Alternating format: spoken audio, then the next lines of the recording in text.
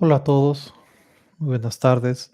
Muchas gracias por conectarse a este video. El día de hoy, a este video es de psicología política. El día de hoy estoy yo solo. David está ocupado en otras cosas, entonces voy a transmitir solamente yo. En este video voy a hablar un poco acerca de la elección presidencial, la más reciente elección presidencial de México, 2024, y lo haré desde la perspectiva de la psicología política. Voy a analizar, a describir las teorías primero, escribir un poco, recordar qué es la psicología política y cómo la psicología política nos puede ayudar a entender un poco mejor los procesos electorales, los comportamientos de los votantes.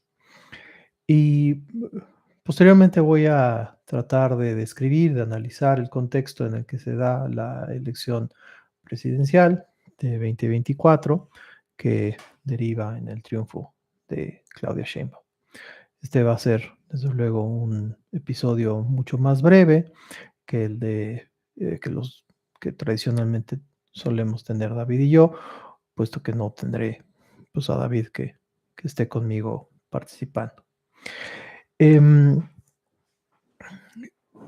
eh, Tal vez entre las muchas cosas que habría que decir acerca de la elección presidencial de México en 2024, para tratar de explicar el triunfo de Claudia Sheinbaum, sería cómo esta elección se da en un contexto electoral, pues muy particular, lamentablemente particular. Esto es, la, la elección ocurre eh, en un contexto de violencia eh, extrema que no se había visto antes en- en la historia del país, una violencia delictiva, delincuencial, criminal, que no había ocurrido antes, en donde la delincuencia pone candidatos, asesina candidatos de manera pues tan violenta como indiscriminada. Eh, También me parece que sería importante decir que el contexto en el que se da esta elección es uno en el que hay una enorme polarización de la sociedad mexicana y que esa polarización viene, aunque no les gusta reconocerlo, en mayor parte de parte del presidente de la República, desde el púlpito presidencial, y que eso generó un contexto de división y de encono, pero también de referencia ideológica, identitaria, que ayuda a explicar el triunfo de Claudia Sheinbaum, de Morena, o de la coalición de Morena. Pero antes de eso, quisiera recordar un poco acerca de la psicología política. Me parece que sería bueno comenzar hablando acerca de qué es la psicología política. Y como suelo decirlo en mis charlas, mis pláticas, conferencias, eh, para explicar qué es la psicología política, me parece que es preferible comenzar diciendo qué no es la psicología política. La psicología política no es el análisis de los políticos, de sus rasgos de personalidad, de sus estructuras de personalidad. No es el psicoanálisis de los actores políticos, del presidente de la República, de las candidatas, los candidatos, de los actores políticos, senadores, diputados. No se trata de que los psicólogos políticos tengamos un eh, diván en el sótano de Los Pinos o ahora de Palacio Nacional, al cual baje el presidente en turno y nosotros le preguntemos acerca de sus sueños y de sus frustraciones psicológicas y a partir de ahí interpretemos su manera de gobernar. Eso no quiere decir que ello no ocurra y que quienes se dedican a esa forma de analizar a los políticos no sean muy exitosos. Es una rama, es una forma que es sumamente demandada por la audiencia.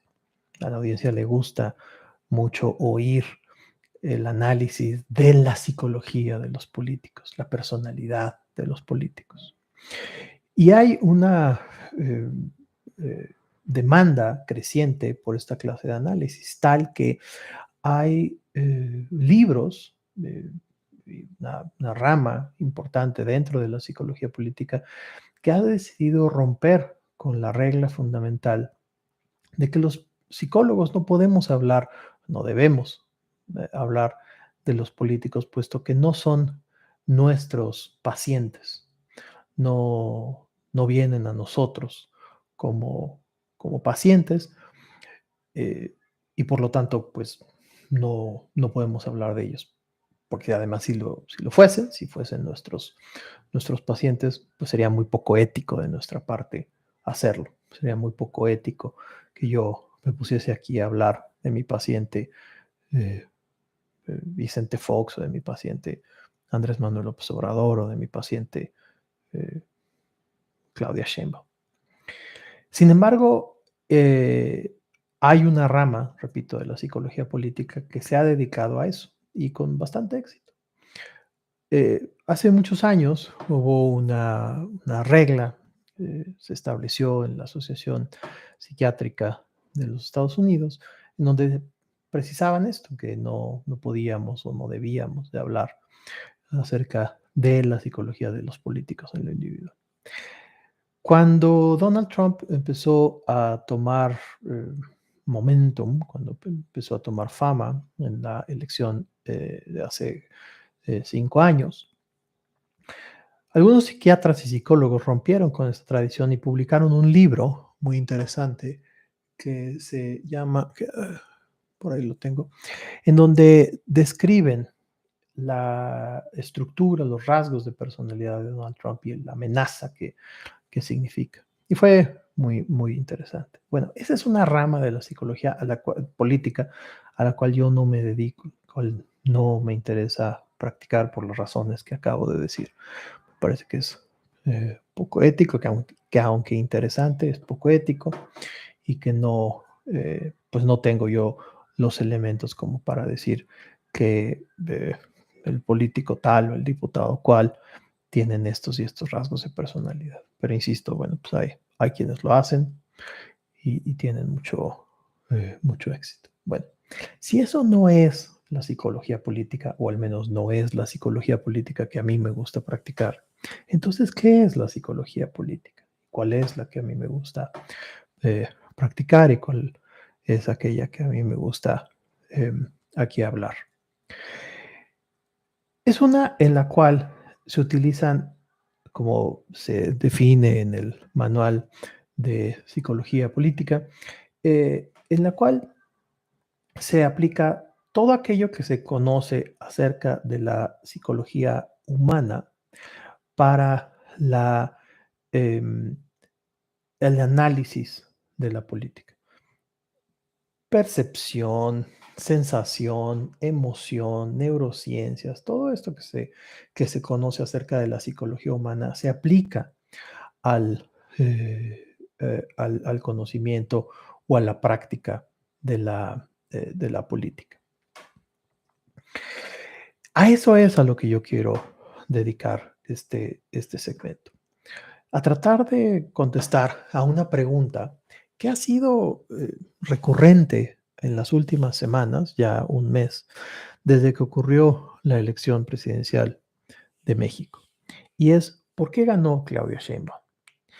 Pero sobre todo, ¿por qué ganó con tan amplio margen de ventaja sobre Xóchitl Gálvez?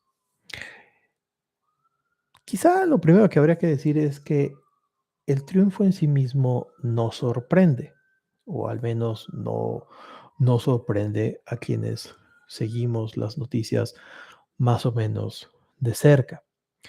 Nos sorprende a quienes estamos más o menos imbuidos en la cosa de las estadísticas y no sorprende tampoco a aquellos quienes vemos la realidad nacional.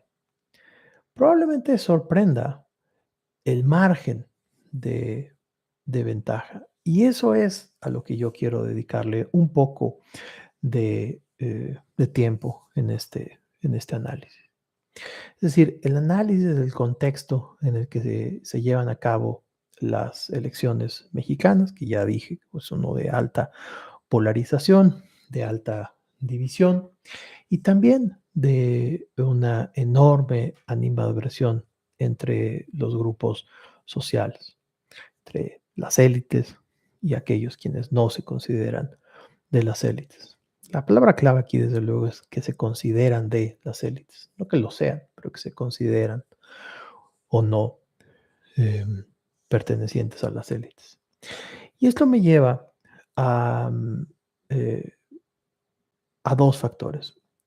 El primero son los factores psicológicos en la elección presidencial. Es decir, los electores no eligen o no elegimos basados en plataformas políticas, ideológicas.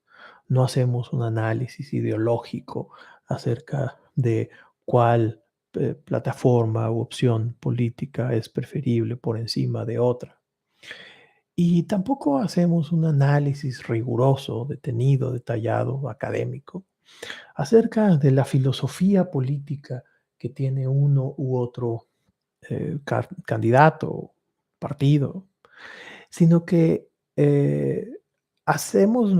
tomamos nuestras decisiones en base a otros elementos. No hacemos, por ejemplo, un análisis eh, económico sobre las eh, eh, ventajas o desventajas de una u otra posición política. No hacemos un análisis del costo-beneficio de una u otra. Lo que sí hacemos es basarnos en factores como el carisma de los candidatos, la percepción de competencia de uno u otro candidato y las emociones que nos evocan cada uno de estos candidatos. Acabo de publicar un pequeño texto en la revista mexicana Letras Libres, en donde trato de explicar un poco acerca de las emociones. Voy a dedicar un video específico a hablar acerca del texto que publiqué, que aparece en el número más reciente de julio 2024 de la revista Letras Libres. Pero básicamente lo que trato de explicar en ese texto es que las emociones guían nuestras emociones, perdón, que nuestras emociones guían nuestras decisiones políticas porque las emociones fungen como un catalizador de la sobrevivencia. Cuando se desarrollaron las emociones en un primer momento, nos servían para distinguir amenazas de situaciones ventajosas o que no eran amenazas. Y eso me lleva a la segunda parte que quería yo eh, hablar, acerca de la identidad política. Eh, la discusión acerca de cómo la identidad política se ha formado y cómo moldea las preferencias electorales y por lo tanto la decisión de voto es una que es muy larga, que viene de hace muchas décadas, no es una cosa novedosa.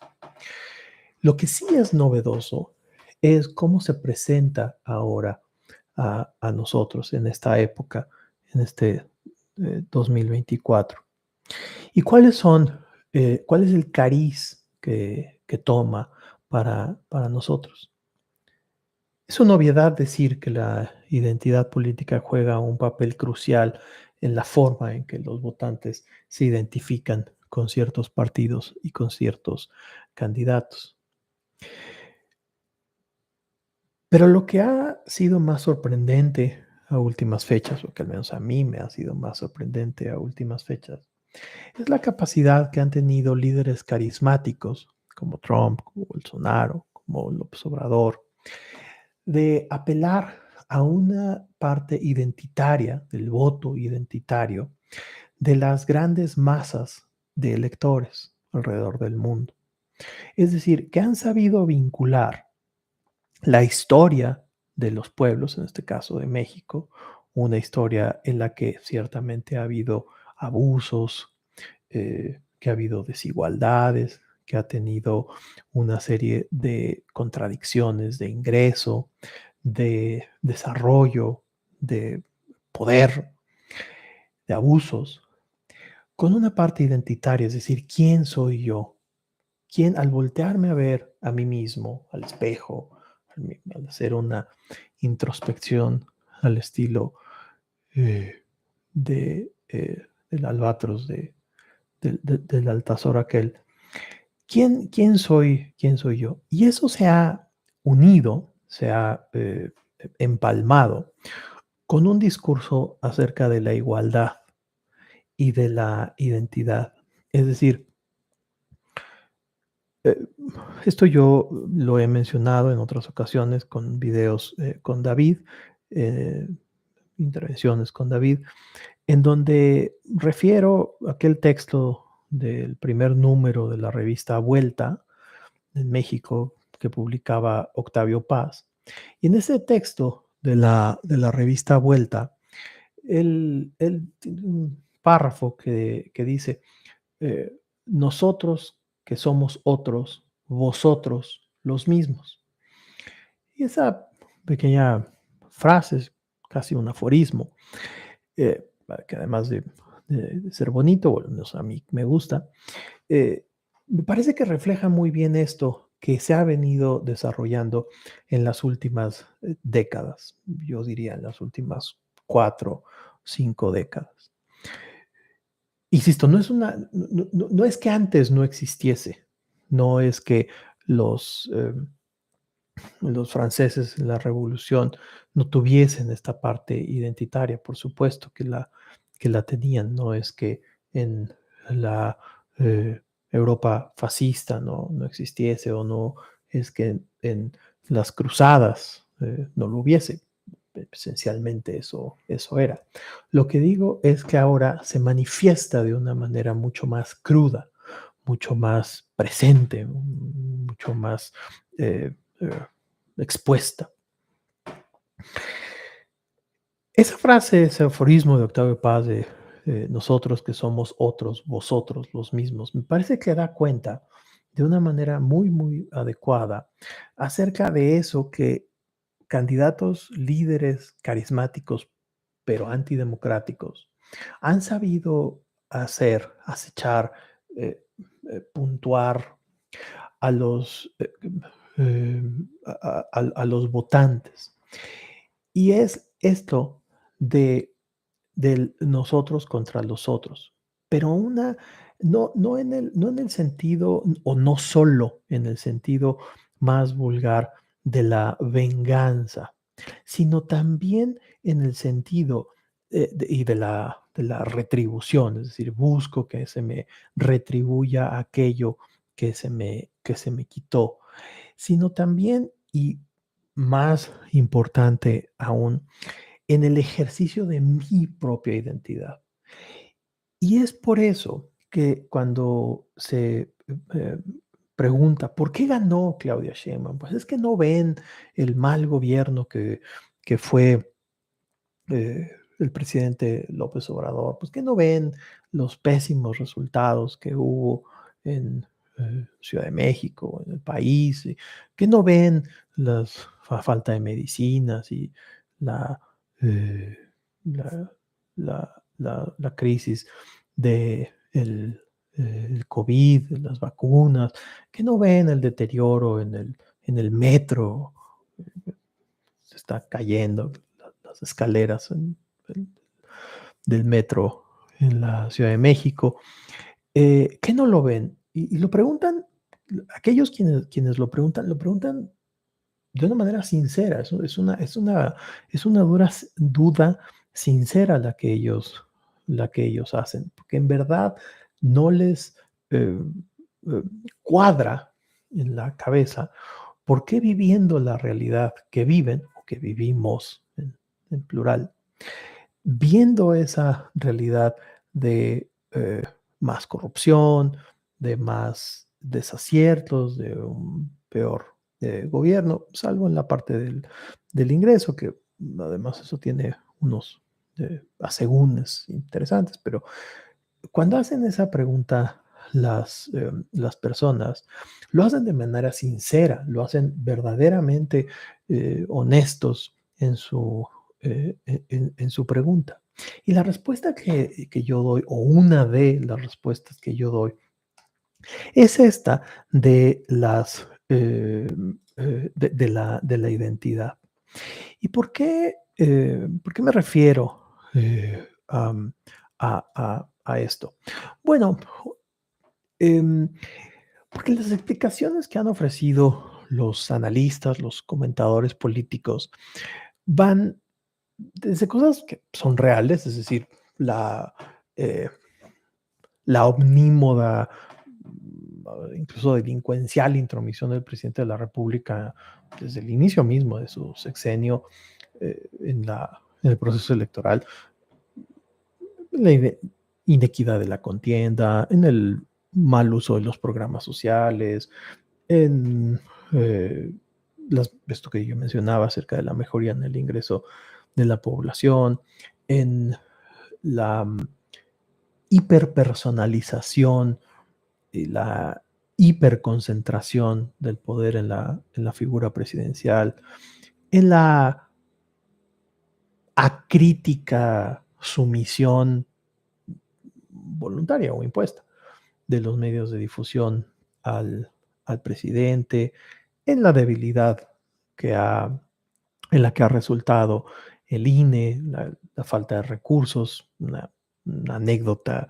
Yo tuve la enorme fortuna de ser electo como funcionario de casilla y a diferencia de otras ocasiones en que lo había sido, en esta ocasión hubo muchos menos recursos, por ejemplo, en las mamparas. Entonces, al haber menos mamparas, había retrasos, al haber retrasos las filas se hacían más largas, al estar las filas más largas aparecía como que había mucha más afluencia de personas, cuando que en realidad hubo menos. Entonces, bueno, pues había una debilidad programada eh, del INE.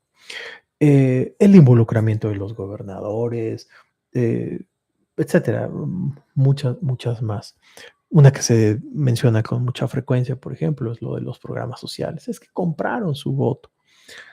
Todas esas razones, ciertas como pueden ser.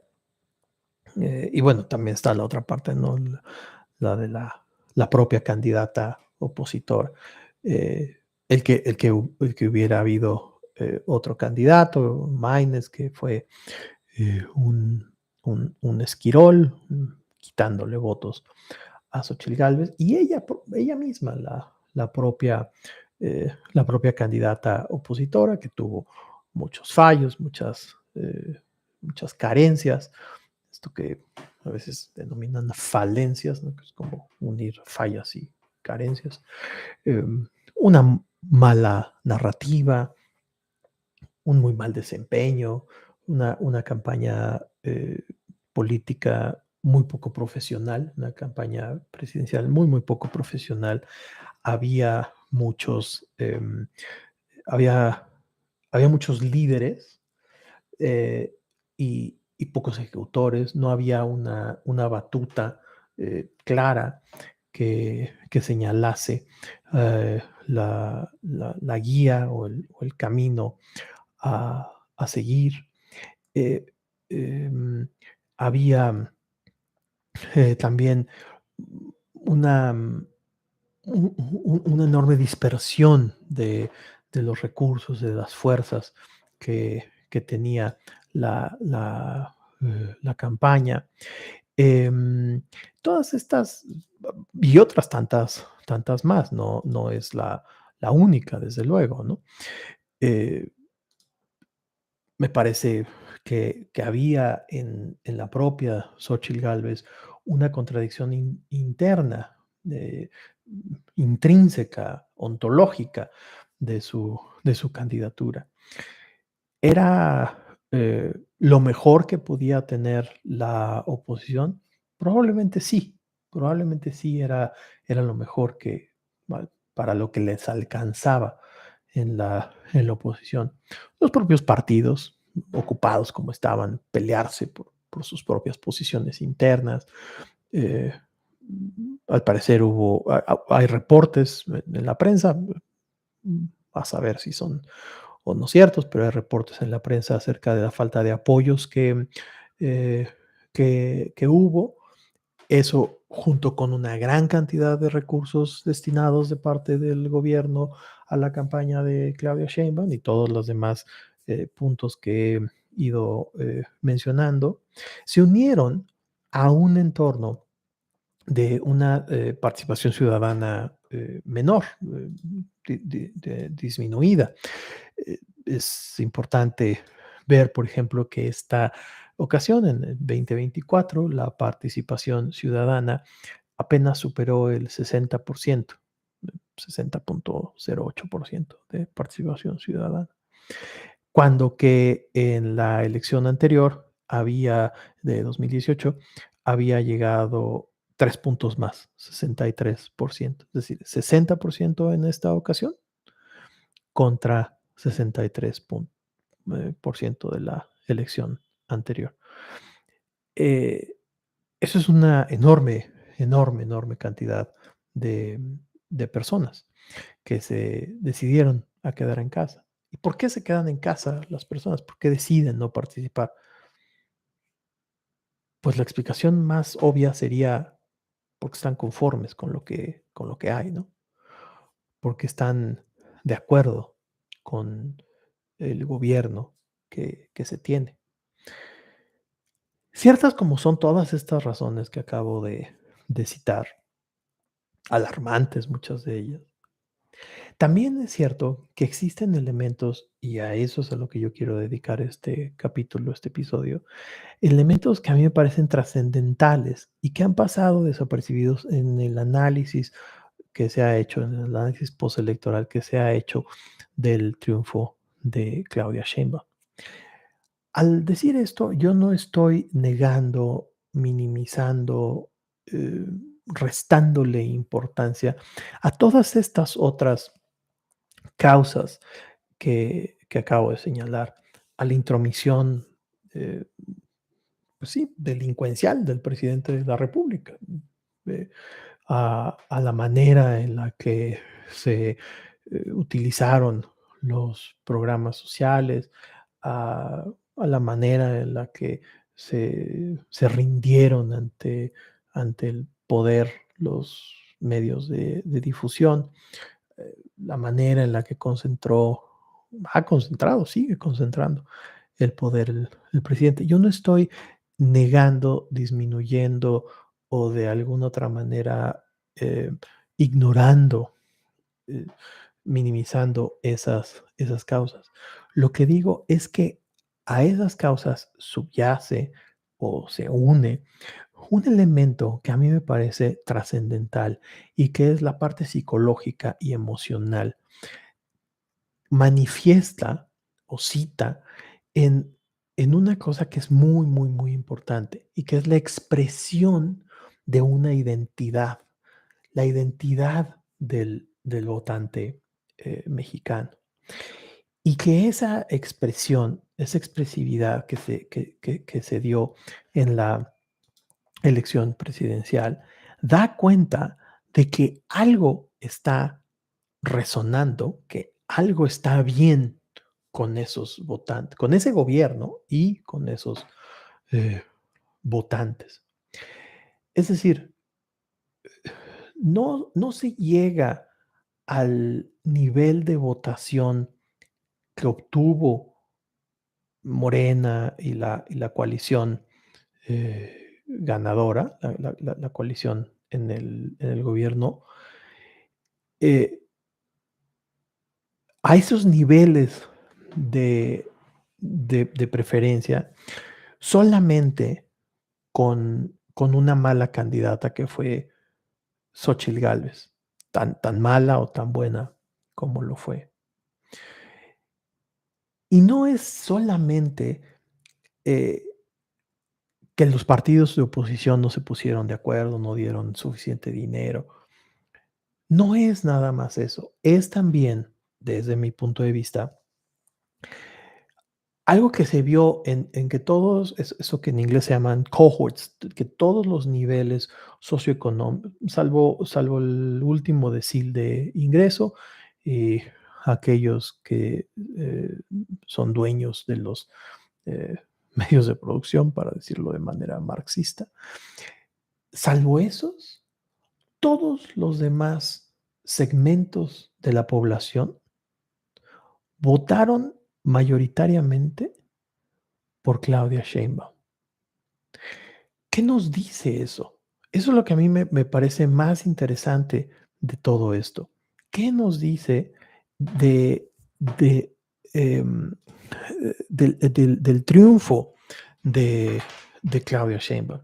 Y a mí me parece que eso es algo digno de ser analizado. Eh, una un dato para cerrar mi comentario, es que el porcentaje de votos nulos que hubo en esta elección, en 2024 en contra de 2018 disminuyó disminuyó en 7.5%. Te lo voy a decir otra vez.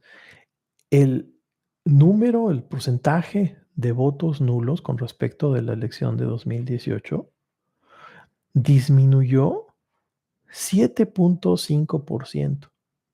Eso nos habla de, de que las personas quienes votaron, quienes se decidieron a participar, eh, a pesar de que fueron menos en número, porque la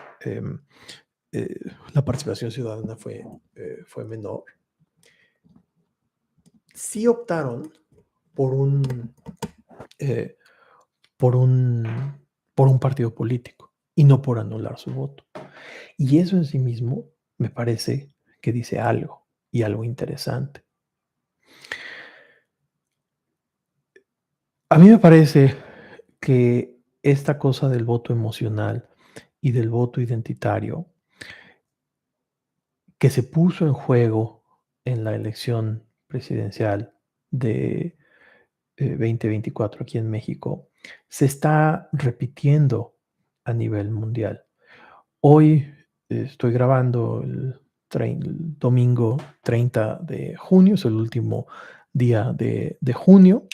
Hace exactamente un mes fueron las elecciones presidenciales en México y el día de hoy están siendo las elecciones anticipadas o las elecciones en Francia. Y se acaba de anunciar que la derecha parece llevar la ventaja en, eh, en las elecciones. A mí me parece, y espero haber dado elementos suficientes como para justificar eh, mi análisis, que esto lo que nos está haciendo ver, dando cuenta, es de un voto identitario, de la expresión de una, eh, de una forma de expresividad del voto, de la identidad, perdón, a través del voto. Yo soy esto. Em, Hay una división, una polarización afectiva que ya mencioné y que todos nos damos cuenta. Esa polarización afectiva puede tener efectos muy negativos en las instituciones democráticas. Cuando los ciudadanos perciben que el sistema político está dominado por una profunda división, conflicto intrínseco, la confianza que tienen los ciudadanos en la capacidad de las instituciones para gobernar de manera eficazmente, es decir, para lidiar con el conflicto interno, puede disminuir a tal grado que erosiona la legitimidad misma del sistema democrático. Y lamentablemente eso es algo que está ocurriendo a nivel mundial y desde luego en México. Voy a poner un ejemplo internacional. El Pew Research Center, el centro de análisis social de Estados Unidos, Pew, tiene un estudio muy interesante que señala que los estadounidenses que, que se identifican a sí mismos como republicanos y como demócratas, describen a los simpatizantes del partido contrario con cada vez mayor frecuencia como eh, en términos muy despectivos, como más cerrados de mente, deshonestos, inmorales, poco inteligentes, vaya, hasta perezosos les dicen, ¿no? Eso a mí me parece que lamentablemente se está viendo en México desde hace 6 años y que el presidente ha, azuzado esa situación. Hay un estudio muy interesante que salió hace ya varios años, donde se les presenta a las personas, ya lo he mencionado yo aquí antes, se les presenta a las personas una fotografía digital y esa fotografía digitalmente se alteró para asemejar a una caricatura. Eh, la pregunta que se les hace a las personas es, ¿en qué momento esta imagen deja de ser una fotografía y comienza a ser una caricatura? Hasta ahí es una pregunta bastante inane. Lo interesante es cuando se le dice, esta persona es de Morena, de PAN, de republicana, demócrata, y en ese momento es mucho más pronto, mucho más rápida en la escala de 1 a 7, pasa de ser 5 a ser 3, es decir, es mucho más rápida y veloz la manera en la que yo digo, esta persona no es humana. Lo voy a decir de nuevo porque me parece que es sumamente importante esto. En este estudio, cuando las personas normales, sin ninguna afiliación partidista, se les pide decir cuándo la imagen de una persona comienza a ser una caricatura, dicen que esta es la mitad de las ocasiones. Pero cuando se les dice que esta persona es una persona con una afiliación partidista distinta a la suya, mucho más rápido la declaran no humana, le quitan, por virtud de sus propias condiciones o afiliaciones, simpatías, perdón, partidistas, se le retira su condición humana. Y eso a mí me parece tan sorprendente, tan interesante, como triste. Tal vez habría em, que dejarlo ahí. Eh, a mí me parece que esto es, sumamente importante. Podríamos volver sobre el tema. A mí me parece que el presidente López Obrador logró una cosa muy importante, y que es que él detectó desde muy temprano la capacidad que él tenía de impulsar a través de su retórica una concepción profunda, identitaria del yo del mexicano. Y que él ha logrado a través suyo y de sus asesores y estrategas en comunicación política, apelar a esa parte tan fundamental del reconocimiento ontológico que hace el presidente López Obrador de las personas. Es decir, que él logró voltear desde el púlpito presidencial, logró algo sumamente importante que no habían hecho los demás presidentes. Esto es, voltear a ver a las personas, particularmente a las personas más pobres, más humildes, y mirarlas y decirles, te miro, te veo, te reconozco, veo en ti a una persona. Y eso a mí me parece que es sumamente importante y que eso le granjeó una enorme simpatía de votantes y de primo votantes también alrededor del país. De nuevo, como dije bueno, no era el inicio, pero a la mitad de mi intervención, nada de esto quiere decir que las otras intervenciones ilegales, delincuenciales, abusivas, excesivas, se olviden. Pero sí me parece que hay una condición identitaria desde el poder que el presidente López Obrador ubicó, explotó a su favor, de una manera en que la oposición no pudo lograrlo. La oposición no ha podido hacer, vincular esta parte identitaria, psicológica, profunda de los mexicanos con su oferta ideológica, con su oferta política. Y el presidente López Obrador sí lo logró.